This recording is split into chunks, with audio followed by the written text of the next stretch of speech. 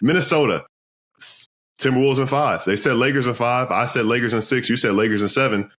Wolves in 5. Anthony Edwards said Wolves in 5 as he let everybody know during his stroll through downtown LA and earned the right to do that, even though it was Rudy Gobert that got the job done for the Timberwolves. And you talk about offseason talk, Lakers, big hole in the front court that they will need to address. But before we talk about that, let's talk about the Timberwolves, man. Like you and I were texting back and forth the other day just about how solid and how good they are. And the Julius Randle trade and Anthony Edwards has now in the past 13 months eliminated Devin Booker, Kevin Durant, Nikola Jokic, LeBron James, and Luka Doncic in the NBA playoffs. And he could see Steph Curry and Draymond Green, or he could see Jalen Green and Fred VanVleet. So that being said, Timberwolves, what can we say about them?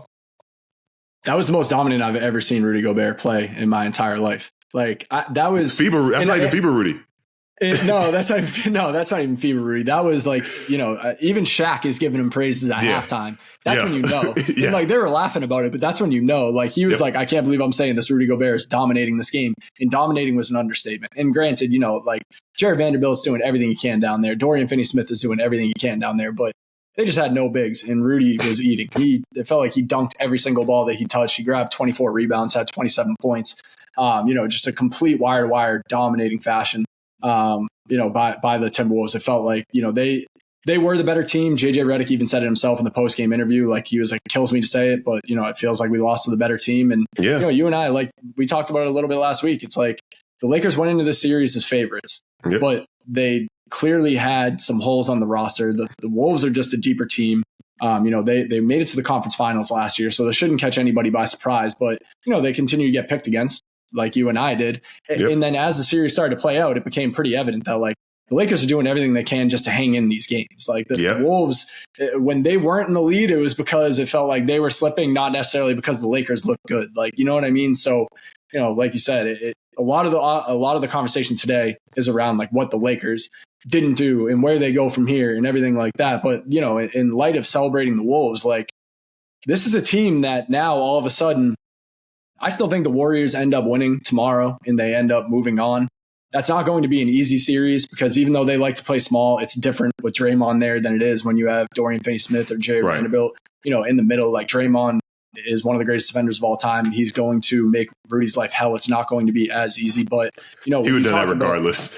Exactly. Never mind coming off the game that he just had. That's even just more fuel to the fire. But I really think like more than anything, Jimmy Butler is showing some signs of that injury being able to, or holding him back a little bit. And with the length and the size and the athleticism that the Wolves have and all the different ways they can beat you, all the different scoring options they have with guys like, Jay McDaniel stepping up as a scorer, Nasri can step up as a scorer, Nickeil Alexander-Walker can knock down shots, Mike Conley can knock down big shots. And then obviously Randall played one of the best playoff series I've ever seen him play. And what you're going to get out of Anthony Edwards.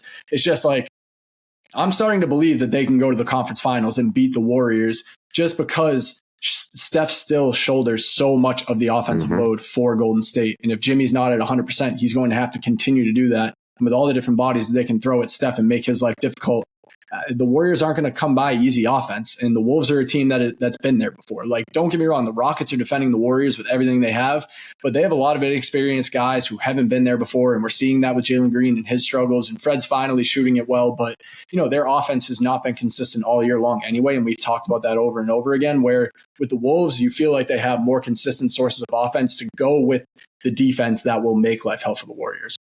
Yeah, and it's funny, to talk about what the Wolves did in the last series. I think it was Steve Jones on Twitter that pointed out the difference between, both these teams made big trades this past year, but you see the difference between having, the 3 or 4 or 5 month runway of that, because it was ugly, right? It was the beginning of the year when we were like, man, Julius Randle, man, I don't know what's going to happen. Maybe he's just play with the second unit. Maybe he can't fit with this team. Maybe they need to flip him again. And maybe those conversations come back up again. Things look bad in the second round. But you could tell which team had been together since September and which team had been together since February when you watch that series. And that is what works in the Wolves' favor. And I think that, if it is the Warriors, another team that's really only been together since February, we could see something similar happen in those margins, and you just pull away in those spots and you're never really freaking out, or you're never really, losing your composure because you can remain calm and know that in those small spots where this team is still learning each other, we know each other, and that could work in Minnesota's favor. And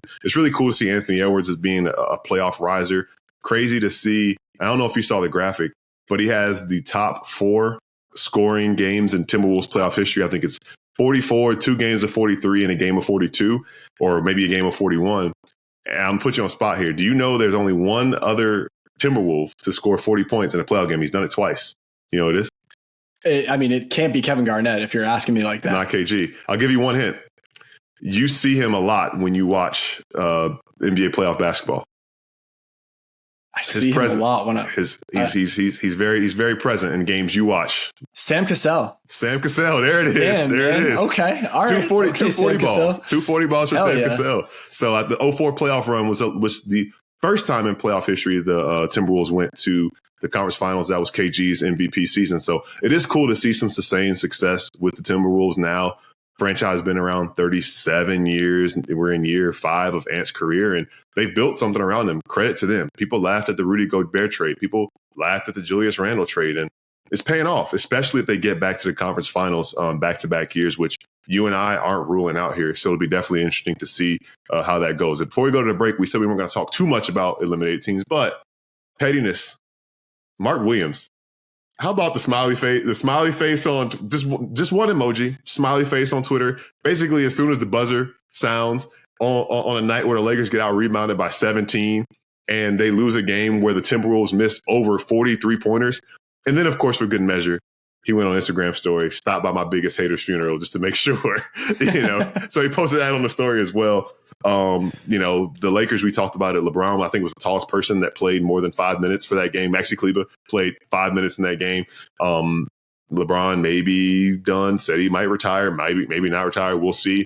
But JJ Redick storming off it was a lot. A lot went wrong for this Lakers team, but I think ultimately they should feel okay moving forward. They're the Lakers. They have a clear path to get what they want. But I think it's a reminder that just because you're the Lakers, you ain't just going to win.